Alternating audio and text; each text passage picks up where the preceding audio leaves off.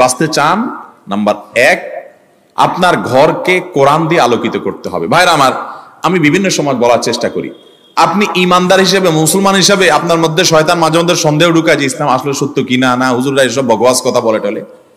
আপনার ইমানের মধ্যে যদি কোনো প্রকার সংশয় শয়তান সৃষ্টি করতে চায়, আমি আপনাকে দায়িত্ব নিয়ে আল্লাহর শপথ করে বলতে পারি, এই কোরআন হলো এমন এক জীবন্ত মিরাকল, জীবন্ত মুজিজা।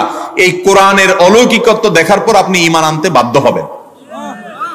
পৃথিবীতে যত বেঈমান মুসলমান হয়, যত কাফেররা ঈমান আনে, তাদের বেশিরভাগ দেখবেন এই কোরআন যখন নির্মোহভাবে আগাগোড়া পড়ে ফেলে, সে এর কাছে মাথা নত করা ছাড়া কোনো উপায় থাকে না। ওমর রাদিয়াল্লাহু তাআলা আনহুর মতো জাদ্রেল মানুষ যাচ্ছিলেন নবী করিম সাল্লাল্লাহু আলাইহি ওয়াসাল্লামকে হত্যা করার জন্য, বোনের বাসায় যায় দেখে বোন তেলাওয়াত করতেছে, আওয়াজ শুধু শুনছে, তেলাওয়াত শুনেই পাগল হয়ে গেছে। আরে এ তো সাধারণ কোনো কথা না, আকৃষ্ট হয়ে গেছেন। তরবারি হাতে নিয়ে নবী সাল্লাল্লাহু আলাইহি ওয়াসাল্লামের দরবারে চলে গেছেন। সাহাবীরা তো ঠেকাইতে আছে, নবী সাল্লাল্লাহু আলাইহি ওয়াসাল্লাম তো জানেন ওহী পাঠাইছে আল্লাহ তাআলা, বলে আসতে দাও, ঠেকায়ও না। গেছে হত্যা করার জন্য, ঈমান নিয়ে ফিরে চলে আসছে কোরআনের কারণে। মুসলমানদের বাসা বাড়িতে আজকাল কোরআন তেলাওয়াত হয় না। আপনার বাসা বাড়িতে কোরআন তেলাওয়াত চালু করেন, আওয়াজ দিয়ে, উচ্চ স্বরে, মনে মনে না, আওয়াজ দিয়ে কোরআন তেলাওয়াত চালু করেন, কোরআন পড়েন এবং অডিও চালায় রাখেন।